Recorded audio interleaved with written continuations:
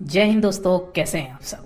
जम्मू राज्य में स्थित कटरा और कटरा में स्थित माता वैष्णो देवी का मंदिर आप सब ने तो सुना ही होगा। दोस्तों, अगर आप माता वैष्णो देवी के दर्शन करने के लिए इरादा बना रहे हैं तो ये वीडियो आपके लिए काफी यूजफुल है, क्योंकि आज की वीडियो में आपको बताऊंगा कि माता वैष्णो देवी के दरबार हमको कैसे पहुंचना है, कुल खर्चा कितना आएगा, क्या क्या हमारे पास साधन है जाने के लिए, और साथ ही साथ हम ये भी जानेंगे कि सबसे उचित समय कौन सा रहेगा हमको वैष्णो देवी के दरबार में जाने के लिए। चलिए दोस्तों, स्टार्ट करते हैं वीडियो को। सबसे पहले हम बात करते हैं कि हम वैष्णो देवी कैसे पहुंचे। दोस्तों, वैष्णो देवी पहुंचने के लिए सबसे पहले आपको जम्मू आना पड़ेगा। जम्मू आने के लिए भी दोस्तों आपके पास 3 ऑप्शन है। पहले ऑप्शन की अगर मैं बात करूं दोस्तों तो वो है आपका बाई ट्रेन। दोस्तों, आपको अपने शहर से जम्मू के लिए डायरेक्ट ट्रेन मिल जाएगी। अगर आपको ट्रेन डायरेक्ट अवेलेबल नहीं है तो आप दिल्ली आ सकते हैं और दिल्ली से भी आप जम्मू पहुंच सकते हैं, क्योंकि दिल्ली से बहुत सारी ट्रेनें जम्मू के लिए चलती हैं। दोस्तों, जम्मू से आगे आपको और अभी जाना पड़ेगा कटरा, जो कि है 68 किलोमीटर। दोस्तों, जम्मू से कटरा के लिए बहुत सारी ट्रेनें हैं, और यदि आप दिल्ली से ट्रेन लिए हैं तो दिल्ली से डायरेक्ट कटरा के लिए भी आपको ट्रेन मिल जाएगी। तो दोस्तों, आपको कटरा ये ट्रेन के माध्यम से तो हम पहुंच गए हैं। दूसरे ऑप्शन की बात करता हूं दोस्तों, बस। अगर आप बस से आ रहे हैं तो आप जम्मू होते हुए आपको कटरा आना पड़ेगा। अगर आप ट्रेन से आ रहे हैं और अगर आपको ट्रेन नहीं मिलती है कटरा के लिए तो आप जम्मू स्टेशन के बाहर चले जाइए बस स्टैंड। बस स्टैंड से आपको हर आधे घंटे में कटरा के लिए बस मिलती है। 2 घंटे में आपका कटरा का सफर तय हो जाएगा। तीसरे ऑप्शन की बात करता हूं दोस्तों मैं फ्लाइट से। दोस्तों, नियरेस्ट फ्लाइट आपका पठानकोट है, लेकिन पठानकोट तक सारी फ्लाइट नहीं आ पाती हैं, तो आप चंडीगढ़ आ सकते हैं या फिर आप अमृतसर आ सकते हैं, और वहां से आप बाई ट्रेन या फिर बाई बस भी आप कटरा पहुंच सकते हैं। चलिए दोस्तों, हम अब कटरा पहुंच चुके हैं। कटरा के बाद हमको अब क्या करना है, सबसे पहला क्वेश्चन ये आता है। दोस्तों, अगर आप शाम को कटरा पहुंच रहे हैं या फिर आपको अंधेरा हो जा रहा है कटरा पहुंचते पहुंचते, तो मैं ये रिकमेंड करूंगा कि आप कटरा में उस दिन रुक जाइए और अर्ली मॉर्निंग आप ट्रैकिंग करना स्टार्ट कर दीजिए माता वैष्णो देवी के लिए। तो दोस्तों, कटरा में रुकने के लिए आपके पास 2 ऑप्शन है। पहला तो ये कि आप प्राइवेट होटल ले लीजिए, और दूसरा ये कि आप श्राइन बोर्ड का रूम आप ले सकते हैं। दोस्तों, अब क्वेश्चन ये आएगा कि ये श्राइन बोर्ड क्या है। दोस्तों, श्राइन बोर्ड हमारा वैष्णो देवी का जो संस्था है, यानी कि जो उनका ट्रस्ट है, ट्रस्ट की तरफ से कटरा में रूम की फैसिलिटी आपको दी गई है, तो आप वहां के रूम भी ले सकते हैं। वहां की फैसिलिटी अच्छी होती है। तो दोस्तों, श्राइन बोर्ड के भी वहां रूम है, और उस कॉम्प्लेक्स का नाम है निहारिका कॉम्प्लेक्स। तो दोस्तों, आप श्राइन बोर्ड की वेबसाइट में जाके विजिट कर सकते हैं और आप अपनी ऑनलाइन बुकिंग भी करा सकते हैं निहारिका कॉम्प्लेक्स में। अगर आप डॉर्मेंट्री चाहते हैं तो डॉर्मेंट्री ले सकते हैं, या फिर आप रूम चाहते हैं तो आप रूम भी ले सकते हैं। तो दोस्तों, ये आपकी वेबसाइट है, आप वैष्णो देवी के श्राइन बोर्ड में आप जाके विजिट कर सकते हैं और अपने रूम की बुकिंग कर सकते हैं। दोस्तों, अगर आपको रूम नहीं मिलता है तो वहाँ बहुत सारे प्राइवेट होटल्स हैं, तो वहाँ पे आपको 400 रुपए से लेके 1000 रुपए तक के आपको ढेर सारे होटल्स मिल जाएंगे, जो कि बस स्टैंड से ही लगा हुआ है। दोस्तों, बस स्टैंड के बाजू में ही आपका निहारिका कॉम्प्लेक्स है, तो अगर आप ऑनलाइन बुकिंग करते हैं और आपको श्राइन बोर्ड की रूम मिल जाती है तो आप निहारिका कॉम्प्लेक्स में ही बस स्टैंड से लगा हुआ ही बना हुआ है, तो आप वहाँ जाके ठहर सकते हैं। दोस्तों, अगर खाने पीने की बात करूं दोस्तों, तो वहाँ पे कटरा में ही आपको खाने पीने की भी सुविधाएं मिल जाएंगी। बहुत सारे वहाँ पे होटल्स हैं, और उनका जो रेट है वो भी नॉमिनल रेट है, यानी कि थाली सिस्टम के हिसाब से अगर मैं बात करूं तो 80 रुपए 100 रुपए में आपको कटरा में खाना आराम से उपलब्ध हो जाएगा। चलिए दोस्तों, अब बात करते हैं हम यहाँ पे कि हमको कटरा के बाद आगे यात्रा से पहले हमको और क्या चीजें करनी है। दोस्तों, सबसे पहले आपको काम करना है कि आप वैष्णो देवी यात्रा के लिए बढ़ेंगे तो आपको यात्रा पर्ची निकलवाना बहुत ज्यादा जरूरी है। यात्रा पर्ची का मतलब है एक्सिस कार्ड। एक्सिस कार्ड हमारा कटरा से ही निकल जाएगा, बस स्टैंड से ही लगा हुआ है, तो आप वहां से भी एक्सिस कार्ड ले सकते हैं, या फिर अगर आप ट्रेन से आ रहे हैं दोस्तों तो रेलवे स्टेशन पे भी काउंटर बना हुआ है, वहां से भी आप यात्रा पर्ची निकलवा सकते हैं। या फिर अगर आप ऑफलाइन नहीं लेना चाहते तो आप ऑनलाइन भी निकाल सकते हैं, ये फ्री ऑफ कॉस्ट होता है, तो आप यात्रा पर्ची ऑनलाइन भी आप निकाल सकते हैं। इसी वेबसाइट में आप जाकर विजिट करके अपना यात्रा पर्ची निकलवा सकते हैं। जो भी आपका डेट रहेगा उस डेट पे आप यात्रा पर्ची निकलवा लीजिएगा। चलिए दोस्तों, बढ़ते हैं हम अपने वैष्णो देवी यात्रा की तरफ। अब मैं थोड़ी सी बात कर लेता हूं दोस्तों कि हमको माता के दरबार में पहुंचने के लिए हमको किन किन जगहों को हमको याद करना जरूरी है, क्योंकि अभी वीडियो में मैं आपको इन सारे जगहों के नाम मैं आपको यूज करूंगा, इसलिए आप पहले एक लाइन डायग्राम के साथ आप थोड़ा सा समझ लीजिए। दोस्तों, अभी हम कटरा पे हैं और हमको माता वैष्णो देवी के पास जाना है। दोस्तों, जहां पे माता वैष्णो देवी का मंदिर है उस जगह को कहा जाता है भवन, और दोस्तों भवन और कटरा के बीच में हमारा एक जगह पड़ता है अधकुवारी। लेकिन दोस्तों, आपको जो पैदल यात्रा करनी है वो आपको कटरा से नहीं करनी है, बल्कि आपको ताराकोट मार्ग या फिर आपको बाणगंगा मार्ग से करना है। सबसे पहले मार्ग की बात करूं दोस्तों मैं, वो है बाणगंगा। दोस्तों, बाणगंगा मार्ग से आपको सबसे पहले कटरा से आप बाणगंगा कैसे पहुंचेंगे, तो आपको ऑटो वाला आपको छोड़ देगा, और बाणगंगा से लेके आपको भवन तक यानी कि माता वैष्णो देवी के दरबार तक आपकी जो दूरी रहेगी वो आपकी 12 किलोमीटर की ट्रैकिंग पड़ेगी। दोस्तों, बात करता हूं मैं यहाँ पे बाणगंगा से हमको भवन जाने के लिए क्या क्या हमको वहाँ पे सुविधाएं मिलेंगी, और हमको साथ ही साथ क्या क्या चीज हमको देखने को मिलेंगी। दोस्तों अगर आप बाणगंगा होते हुए अगर आप भवन जाते हैं तो आपको जो समस्या आएगी वो एक चीज की आएगी कि वहां पे जो रास्ता है, जो आप चढ़ाई करेंगे तो वहां पे घोड़े खच्चरों का आवागमन चालू रहता है, जिससे होता यह है कि आपको थोड़ी सी समस्याएं होती है जो पैदल यात्री रहते हैं। और दूसरी चीज ये कि आपको अगर बाणगंगा मार्ग से जाते हैं तो आप दो चीज के दर्शन कर सकते हैं। पहला तो ये कि आप बाणगंगा में वहां पे आप स्नान कर सकते हैं, और दूसरा आपको माता के चरण पादुका का भी आपको वहां दर्शन करने को मिल जाएगा। लेकिन यही अगर मैं बात करूं दोस्तों अगर ताराकोट मार्ग की, तो ताराकोट मार्ग से अगर आप भवन जाते हैं तो ये आपको 2 किलोमीटर ज्यादा पड़ता है, यानी कि ये 14 किलोमीटर का ट्रैकिंग है। लेकिन दोस्तों ताराकोट मार्ग बहुत ही कन्वीनियंट मार्ग है। इसका कारण ये है कि यहाँ पे सिर्फ पैदल यात्री चलते हैं। नया मार्ग ये बनाया गया है, नए मार्ग को ही हम ताराकोट मार्ग कहते हैं। और दूसरा ये कि आप भले ही 2 किलोमीटर की आपको चढ़ाई ज्यादा करनी पड़े, लेकिन यहाँ पे एकदम शांत और कम चढ़ाई में आप भवन पहुंच सकते हैं।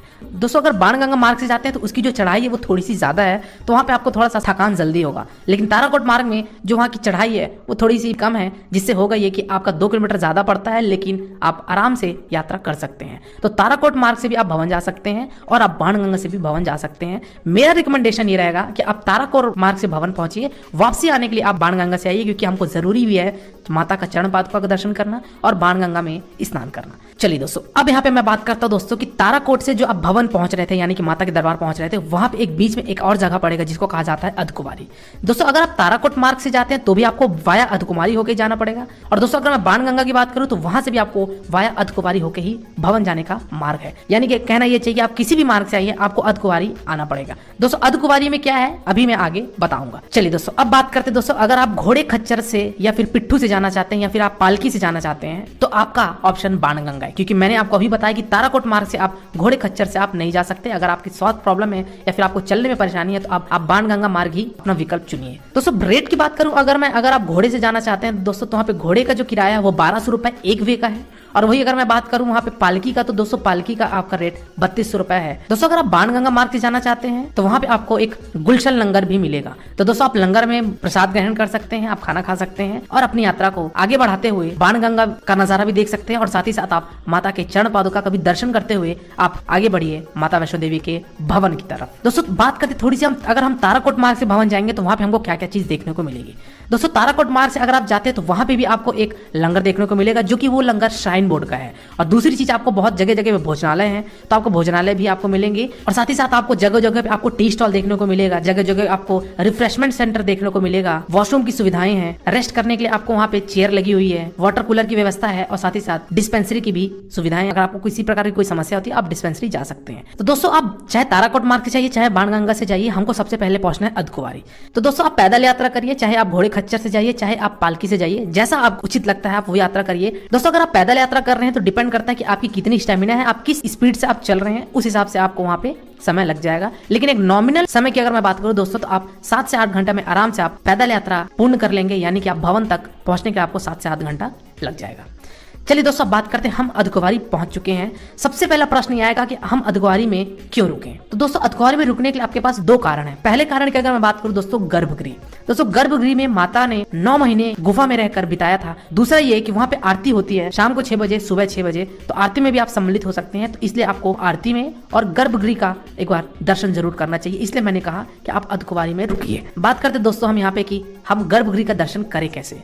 दोस्तों यहाँ पे गर्भगृह में दर्शन करने के लिए जो गुफा है वो बहुत संकीर्ण गुफा है। तो संकीर्ण गुफा होने की वजह से है कि वहाँ पे भक्त बहुत ज्यादा होते हैं, इसीलिए वहाँ पे जो दर्शन दिया जाता है वो बैच में भेजा जाता है। आपको दोस्तों टोकन दिया जाएगा और टोकन में आपको 6 से 8 घंटे लग जाते हैं। और अगर आप पीक सीजन में आते हैं यानी कि आप नवरात्रि के समय पे आते हैं तो आपको 12 घंटा भी समय लग जाता है आपका नंबर आने तक का। तो दोस्तों अगर आपका 12 घंटे या फिर उससे ज्यादा लग रहे हैं तो मैं यही रिकमेंड करूंगा कि आप टोकन लेकर आप अर्धकुमारी से भवन की तरफ रवानगी ले लीजिए। लेकिन अगर वही मैं बात करूं दोस्तों अगर आपका 4 घंटे 6 घंटे में आपका नंबर आता है तो आप अर्धकुमारी में स्टे कर लीजिए और अपना गर्भगृह का दर्शन करके ही भवन की तरफ प्रस्थान कीजिए। दोस्तों बात करें हम कि अर्धकुमारी में हमको कैसे रुकना है और रुकने की वहाँ क्या व्यवस्थाएं हैं।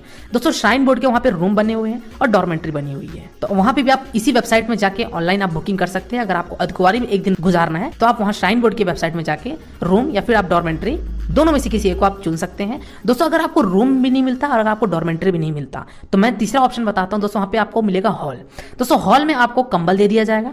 कंबल का जो किराया दोस्तों वो 100 रुपए पर पर्सन है, लेकिन ये पैसा आपका रिफंड हो जाएगा जब आप सुबह कंबल रिटर्न करेंगे। तो दोस्तों अगर आप कंबल लेना चाहते हैं, अगर आपको रूम नहीं मिलता है तो आप कंबल ले लीजिए, जितने आपको कंबल चाहिए, जितने पर्सन है उतना कंबल आपको इश्यू हो जाएगा और अगले दिन जब आप कंबल रिटर्न करेंगे या आप जब भी रिटर्न करेंगे तो आपको वो 100 रुपए वापस रिटर्न कर दिया जाएगा। चलिए दोस्तों, अब बात करते हैं दोस्तों हमको बेस्ट सीजन कौन सा रहेगा माता वैष्णो देवी के दर्शन करने के लिए। दोस्तों अगर आप भीड़ भाड़ नहीं चाहते हैं तो मैं ये रिकमेंड करूंगा कि आप नवरात्रि वाला सीजन छोड़ दीजिए, क्योंकि दोनों नवरात्रि में माता वैष्णो देवी में बहुत ज्यादा भीड़ होती है। और दूसरा ये कि आप मानसून में भी आने का प्रयास कम करिए। कारण ये है कि आपको कभी कभार लैंडस्लाइड की प्रॉब्लम हो जाती है ट्रैकिंग करने के दौरान, तो जिससे होता है कि रास्ता जाम हो जाता है और रास्ता जाम होने की वजह से यात्रियों को काफी समस्याओं का सामना करना पड़ता है। तो आप किसी भी महीने आ सकते हैं इन दोनों को केवल छोड़कर। चलिए दोस्तों, इसी के साथ साथ अब ये भी बात कर लेते हैं कि हमको कितने दिन का प्लान करना चाहिए माता वैष्णो देवी के लिए। तो दोस्तों मैं ये रिकमेंड करूंगा कि अगर आप अर्धकुंवारी में दर्शन करना चाहते हैं, माता की आरती में सम्मिलित होना चाहते हैं और गर्भगृह का दर्शन करना चाहते हैं, तो आप 3 दिन का स्टे बनाइए। दोस्तों यहाँ पे मैंने आपके ट्रेन के और आने के दिन को ऐड नहीं किया, मैं बस इतना कहना चाह रहा हूँ कि एक दिन आपका ट्रैकिंग करने के लिए,